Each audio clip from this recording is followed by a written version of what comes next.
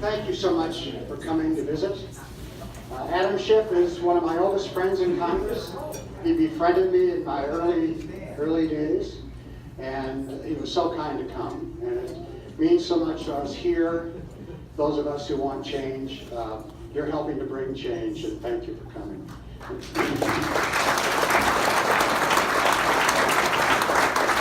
So, there are so many people in this room, all my friends, people that I've known, many for most of my life. I can't introduce everyone, but I do have special thanks to give to my good friend, actually the chairman of my first campaign in 1986 for the legislature, Governor Senator Ben Nelson.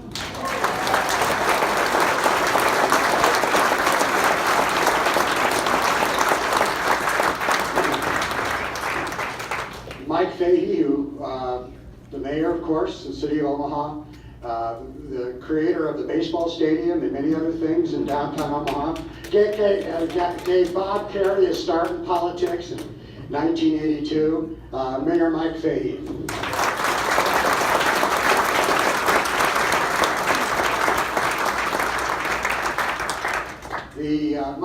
Bob Kerrey, I thought I saw him flying around, but he didn't land in time for the event. But of course, thanks to Bob Kerrey for co-hosting this event. Thank you, Bob.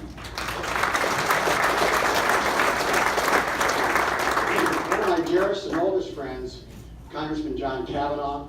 John and I go a long ways back, and we go a long way back with my mother, Ellen, who was the head of Republicans for Kavanaugh during his first race. And Tom Monahan, who's here, mentioned earlier in the evening, said, you know, your mother, first time she came to one of these Democratic events, she seemed a little at ease. I said, for goodness sakes, Tom, she didn't know a soul in the room. But of course, before she died, she did. So, John Kavanaugh.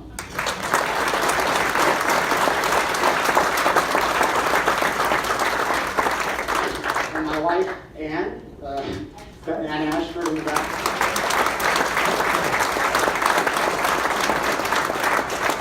And I would like, because it's going to take too long, to ask everyone who's running for office to please stand. We have such a great number of candidates.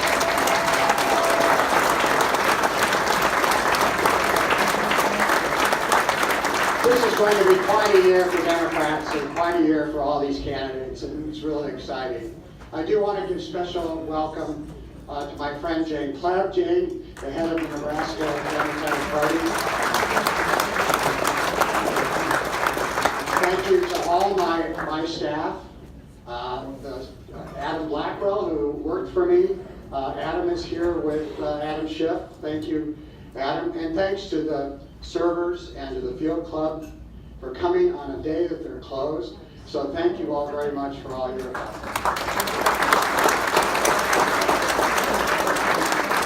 I'm sorry if I forgot someone, but I'm so incredibly grateful. I'm not going to give a long introduction because we know who Adam Schiff is and what he's doing for our country.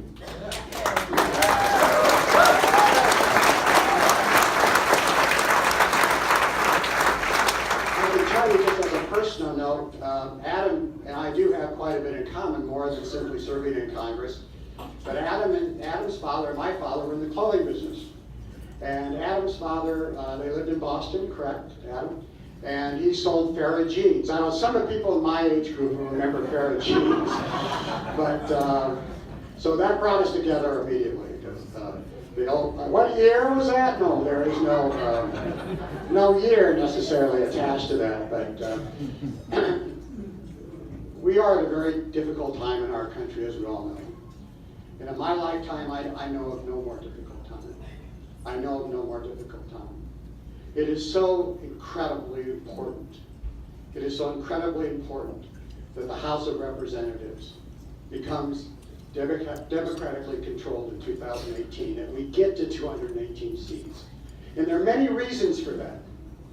But one of the primary reasons is that so my guest tonight will become the chairman of the Intelligence Committee.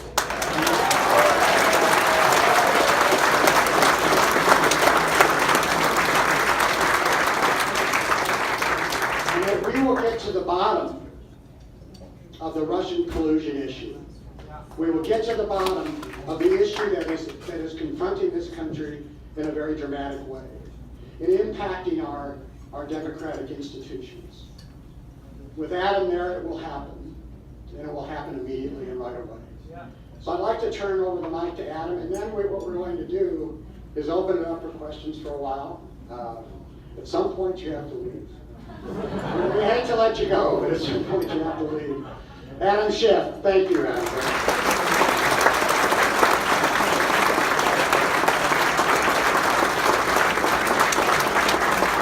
Thank you very much. Thank you.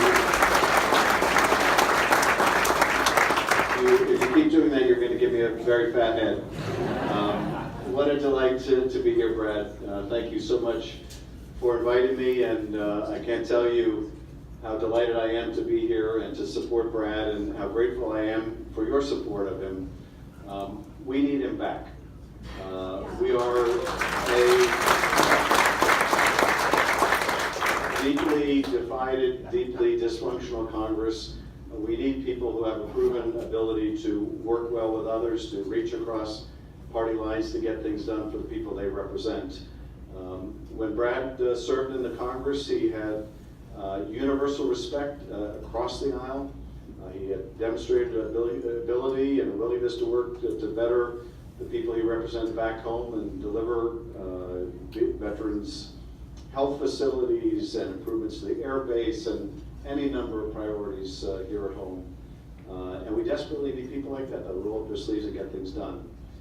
But we need the majority in the House for a broader reason as well, and I want to just touch on that before we go into comments and questions about things.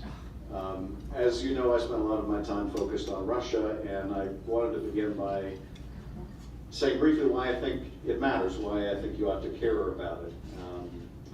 The Russians, certainly got involved in our election because they preferred one candidate over the other. They had every reason to like Donald Trump, somebody who was disparaging of NATO, who was encouraging of Brexit and a further weakening of Europe, someone who talked about doing away with the sanctions over Russia's invasion of its neighbor, and every reason to dislike Hillary Clinton.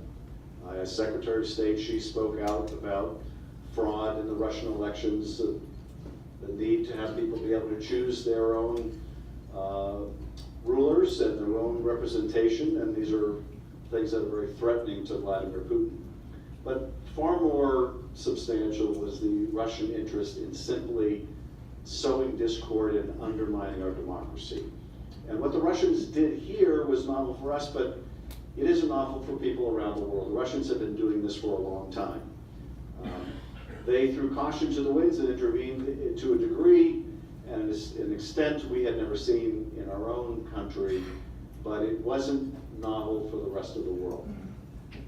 And what the Russians have done elsewhere, we need to recognize is part of a global war of ideas between autocracy and authoritarianism and democratic governance and the rule of law.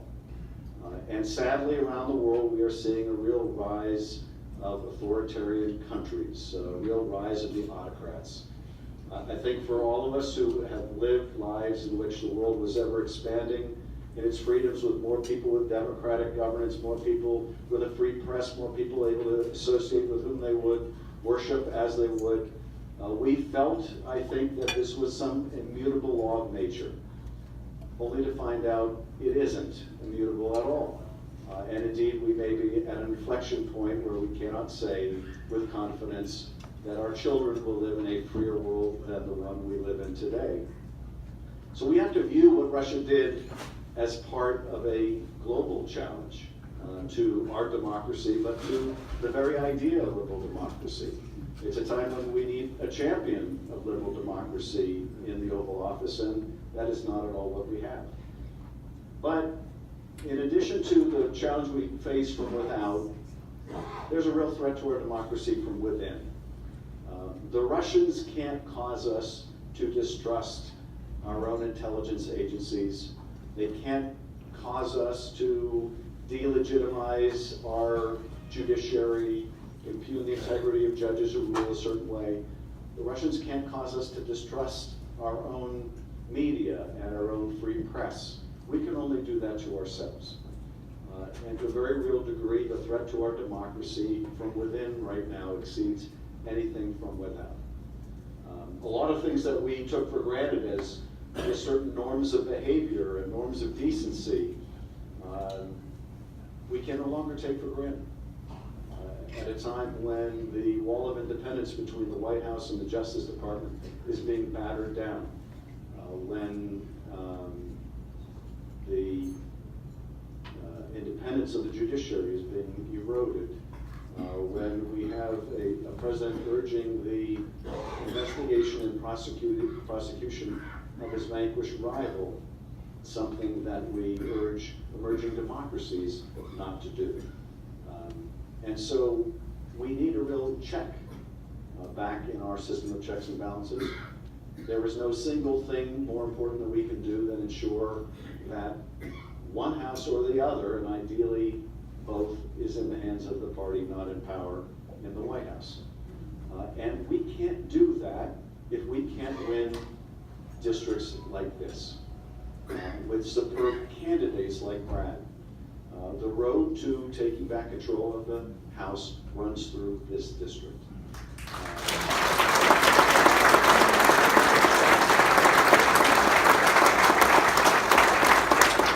So here we have in my view, a very happy confluence of events. We have an extremely important district, and we have a fantastic candidate. Someone who can hit the ground running, someone who's done the job already and done it superbly well. And I just am thrilled that he is running again. It would be easy, I'm sure, to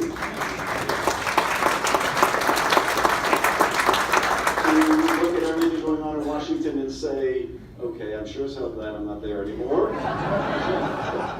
But you recognize a sense of obligation and duty and opportunity to help put our country back on track again.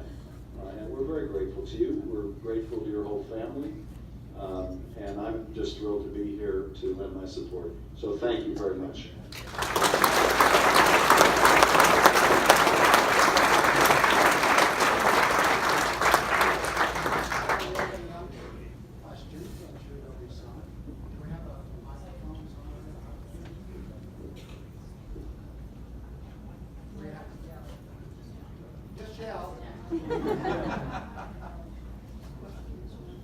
Yes, George.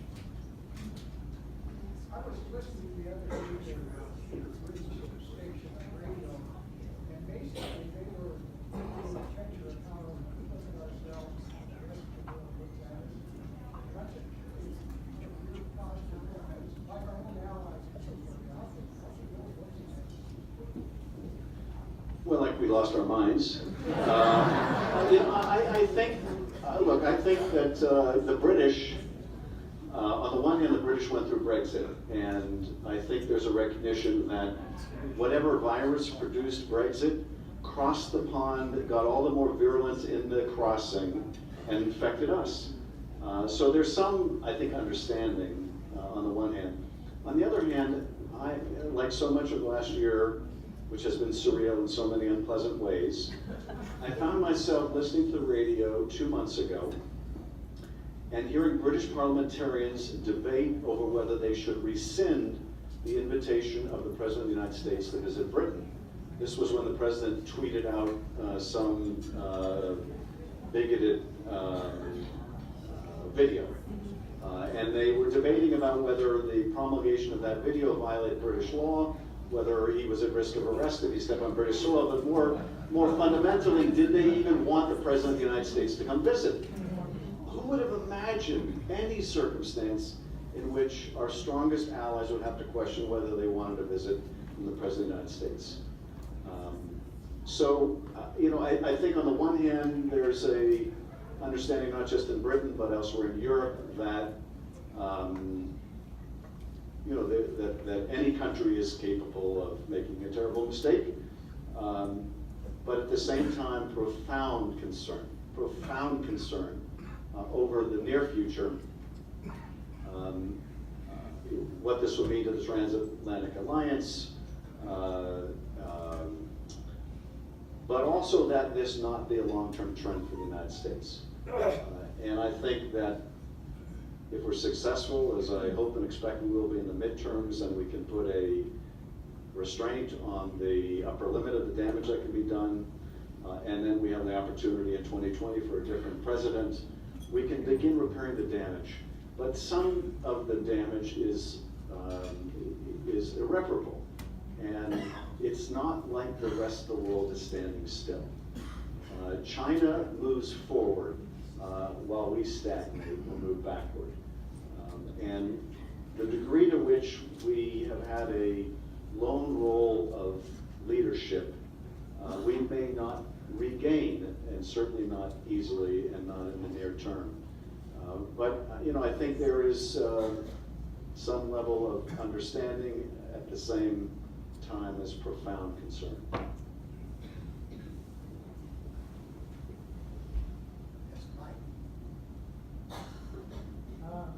I expect your role on the House Intelligence Committee, you are in possession of a lot of information that you cannot divulge to us. But I would like to pose the question, and perhaps you could answer yes or no. Or perhaps you can't answer at all. I'll pose the question anyway. Are you in possession of information that would be valuable to impeach this president? Well, yeah, that's one way of framing the question. Another is a question that one of my colleagues asked me. He says, if the president is going to be impeached, then blink. And he will stare at me until I can't help but blink. I tried an impeachment case in the Senate years ago. I was on the House Judiciary Committee. We impeached a federal judge from New Orleans on corruption charges, and I know what you're thinking, New Orleans corruption, that's impossible. But he took us to trial in the Senate, and one of the things that I learned is there's a legal standard of what constitutes an impeachment, what constitutes a high crime or misdemeanor. But more importantly, there's a very practical political standard. And the practical political standard in a Republican Congress is, can Republican members go back to their Republican-leaning districts and make the case that the president's conduct was so incompatible with office that they had to vote to remove him, and it wasn't simply about nullifying an election that those other people didn't like. If they can't make that argument, then it doesn't matter how high the crime is or how serious the misdemeanor. And that's a very high bar. Certainly a very high bar in this Congress, but even if the Congress changes hands, it's still a very high bar. We're a deeply polarized country, and I'm reminded all the time of that fact because people recognize me now more, and I'm like a human focus group. I stepped off the platform at Penn Station. The first New Yorker comes up to me, I'd walked like 5 feet, and he says, "Are you Adam Schiff? I just want to shake your hand, you're my hero," which I enjoyed. Thank you. I enjoyed that for about a millisecond, until the next New Yorker came up to me and said, "Well, you're not my hero. Why are you eavesdropping on our conversations and leaking them to the press?" And I realized, okay, what this person is watching is not the same as what that person is watching. And the president, he goes out to these rallies, and the essential, there was a Russian investigation, was overseeing these mammoth agencies, writing an annual intelligence authorization bill that figured out, okay, we need to spend more money on human intelligence. We need to invest in this kind of overhead architecture. We needed these safeguards in place to make sure we're protecting the privacy interests of the American people. All of that still got done. We still put out our annual bills. We still worked on very difficult reforms like that of the telephone metadata program in Section 702. And when this investigation is over, that work will continue to go on in a nonpartisan way. But it has been strained, there's no question about it. And And that probably won't pass until this investigation is really over, and only just by us, because we're continuing the investigative work as Democrats, even if Republicans have decided they're not interested anymore. But I think once the investigation writ large is over, we will probably turn a corner and get back to our more normal modus operandi. Let's do two more, it's 6:25 and then one. So we have one in the back first, and then we'll come up. On the way back, sort of middle back. Sometimes we hear a story about getting off at Penn Station. Obviously, the second person watches another channel. And my concern is Sinclair Broadcasting Group, and I wanted to take that on that. I find that an affront to our democracy that a 42-year-old ban on allowing a company to have that kind of concentration and control of the media was loosened under this current administration. We now have their purchase of the sale of Tribune with them, and I wondered what your take on it is, what we can do, where you see this going, because to have one company with a very, very specific agenda that they're not ashamed to put out there, and they're controlling a large part of our media, and we have 2 of their stations here in Omaha. Well, I'm both terrified and horrified by what I've seen with Sinclair just in the last 24 to 48 hours. And I don't know how many of you had a chance to see it yet, but you can go online and you can see in the most rigid repetition, stations all over the country parroting the presidential talking points about basically fake news. It is the Foxification of local TV, and it's terrifying. It's terrifying. And I think it's going to cause all of us, Democrats and Republicans, to view the whole issue of media consolidation in a different way than we have before. Now, in the near term, I don't imagine that many of my GOP colleagues are going to protest or even express any concern about it. And one of the deepest disappointments of the last year and a half is not what kind of a president Donald Trump turned out to be, but how many of my GOP colleagues would stand mute as so many of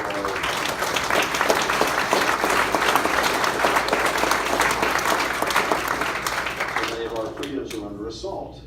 And what we see with Sinclair, has to be viewed also in connection with a president who talks about pulling NBC's license because he doesn't like their content. And the fact that none of us can have any confidence whatsoever that a merger involving the parent of CNN is not being resisted because it's CNN.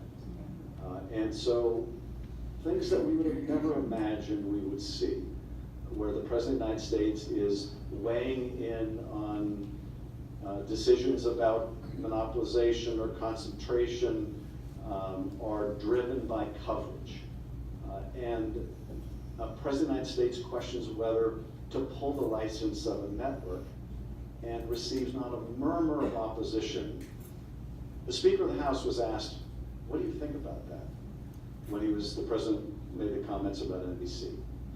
And the Speaker of the House said, I'm a conservative constitutionalist who supports the First Amendment, and that's all I want to say on the subject. Now, the most I could divine from that was a conservative constitutionalist is someone who is conservative about their support for the Constitution when it's not politically convenient. Because I couldn't understand what else that meant in that context. But I have a station in LA that is also a Sinclair affiliate that I go on quite frequently, and I'm wondering how this is going to affect that. The last time I was on, there was an issue that they invited me to talk about, among others, and they invited all the Republican members from the area to come talk about, but none of them would. None of them wanted to come and defend what the President of the United States had done or said. And there was initially a view that I shouldn't speak about it because they couldn't get the contrary view. Well, if that's the way it's going to work, then they can basically muzzle any issue. Now that was before this push But I'm definitely concerned, not only in my market, but all around the country, what this is going to mean. And I think it is yet another illustration of what we're going to need to legislate that we thought would be unnecessary. Yes, in terms of media concentration, but also certain very basic norms of office, which we never thought we'd have to ground in statute. Things like revealing your tax return, or things like not communicating with the Justice Department about a pending case in which you not only have an interest, but may be implicated. You wouldn't think you would need a statute for these things, but apparently we do. We're obviously going to take a lot of lessons learned from these years and figure out what we need to do to strengthen our democracy. Jim McFarland asked the last question. Thank you for being here. Brad and I served as I agree with you that this congressional district is key to the Democrats. What can we do to encourage the National Democratic Party to lend its support and all its resources to this district? Brad is elected. Well, and did you all hear the question okay in the map? No. Okay.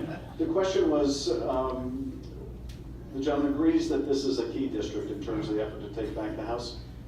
And what can be done to make sure the National Democratic Party provides this district and Brad with the support and the resources necessary to win? I think that that is going to happen. That the Democratic Party recognizes the central importance of this district as well as others. And I'll give you the good news, bad news about the midterms. The good news is we've got superb candidates all over the country. Great candidates like Brad. The other good news is that there is a tremendous level of activism and resources that are pouring into races that are going to help both DCCC, the Democratic Party generally, and individual candidates. The challenge in terms of taking back the House is this. Normally in the midterm of a president's first term, the party out of power is going to do really well no matter what. When the president's approval ratings are in the dumper, as this president's have been for the most part, that party is going to do even better.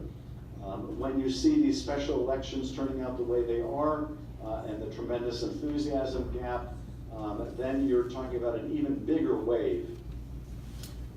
The only other factor that we need to think about, which indicates to me that this is not going to be the kind of blowout where you have 60 or 80 seats changing hands, which you might expect the circumstances like this, is in the past there have been a great many seats in which the incumbent of one party represented a district in which the presidential candidate of the other party had won repeatedly the last 2 or 3 elections. Because we have become so polarized, those seats now have largely gone to their respective corners. And so when that wave hits, it's going to hit a more fixed surface than it has in the past. Now, we only need 24 seats to take back the House, and I'm confident we will have at least 24 seats. But we won't likely have the kind of 60 to 80 seat turnover that you might get under like conditions in the past. So that means that we're going to need to pull out every stop. And I think you can be very confident that the Democratic Party is going to invest all the resources necessary to make sure that Brad is competitive. Now, we're doing well fundraising-wise. We're doing better than the Republican Party fundraising-wise. But when you have the Koch brothers and others that can come in and dump a fortune, you can never raise too much because you never know what they're going to come in, and they don't have to tell you until the very end. But I think you can rest assured that the party recognizes the importance of this race. What a fabulous candidate we have here. and they're prepared to do whatever they can do without being counterproductive. And I'll be certainly banging on the door of the V-trip, and you let me know anything you need.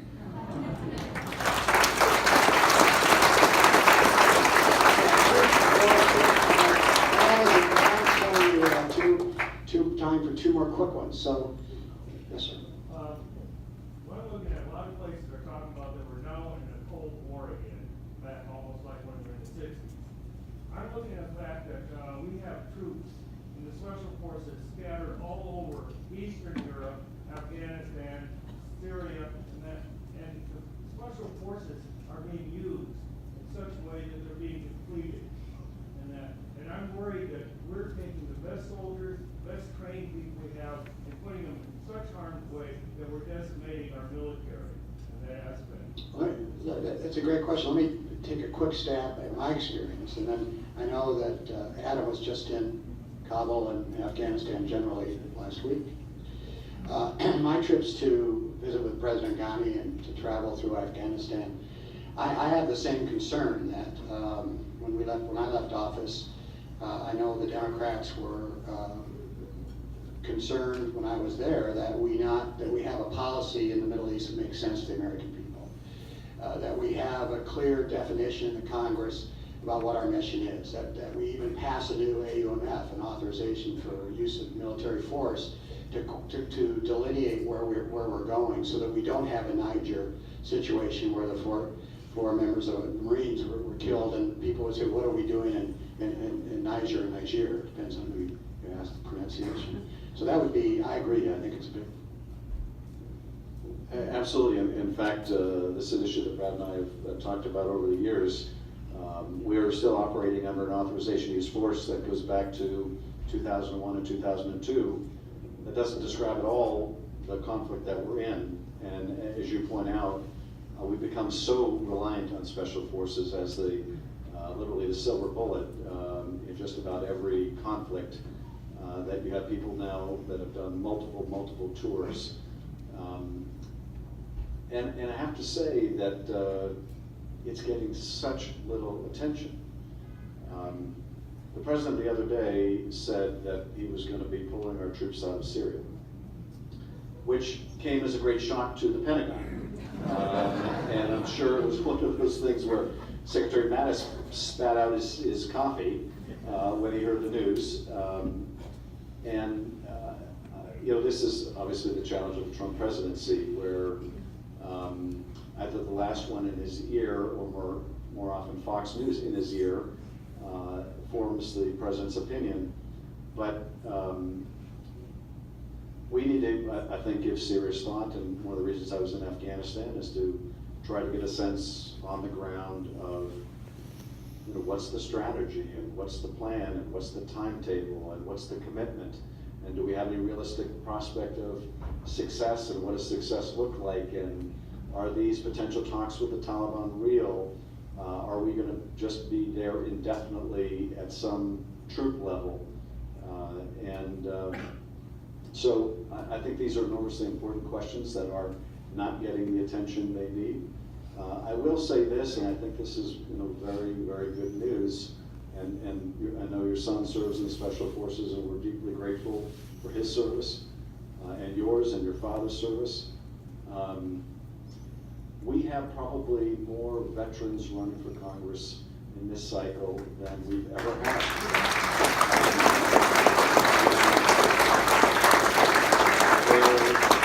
They're people who have done multiple tours, men and women, who are going to bring the perspective of people who have been there and seen the fight, which is enormously important. I think if the president had any military experience, he might not be so eager to get into a military conflict in Korea. And so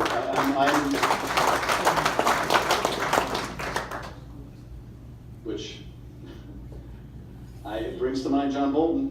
But I don't want to leave you on a completely pessimistic note.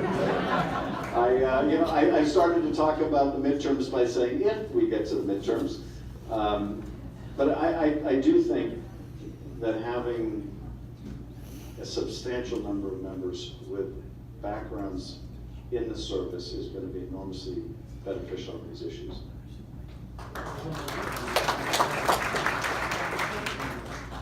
Congressman Schiff, I'd like to thank you for all of us for coming today.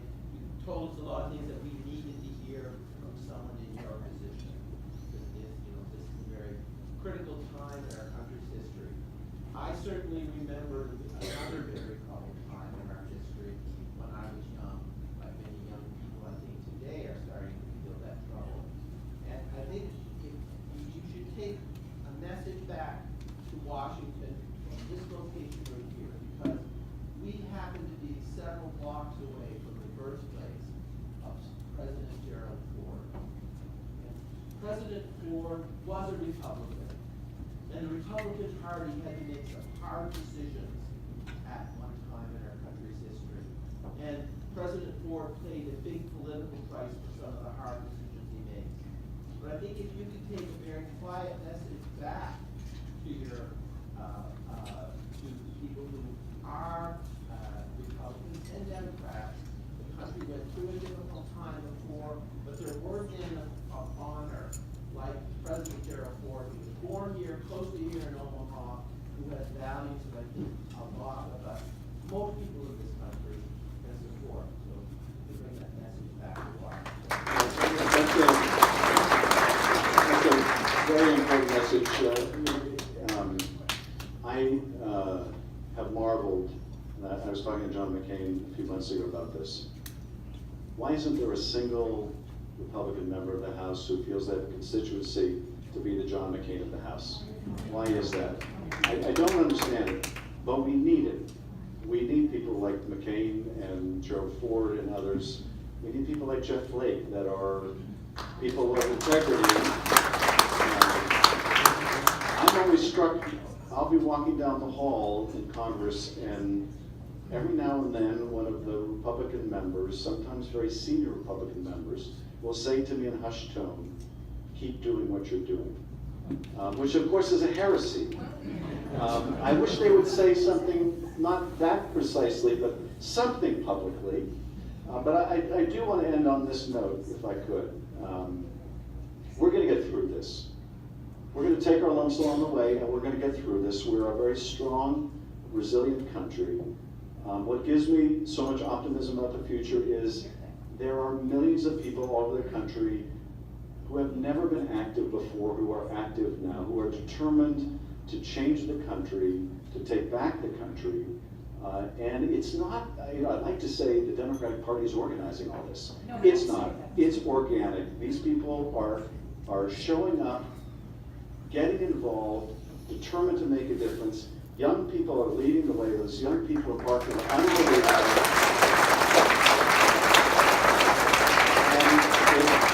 And it reminds me of something Bill Clinton used to say. There's nothing wrong in America that can't be cured by what's right in America. There's an awful lot right in America. You are part of what's right in America, and that is going to see us home. Thank you very much.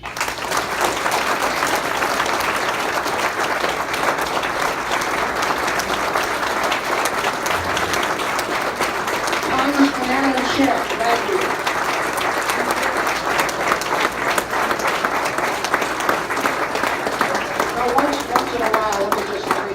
End with this. Once in a while, people come along in this country and make a huge difference when we need that difference to be made. Whether it's FDR, John Kennedy, there are times in this country when we need true heroes. And Congressman, you're a true hero. Thank you very much. Let's bring this sheet, get to 218. Give you your rightful place as chairman of the House Intelligence Committee. Thank you very much.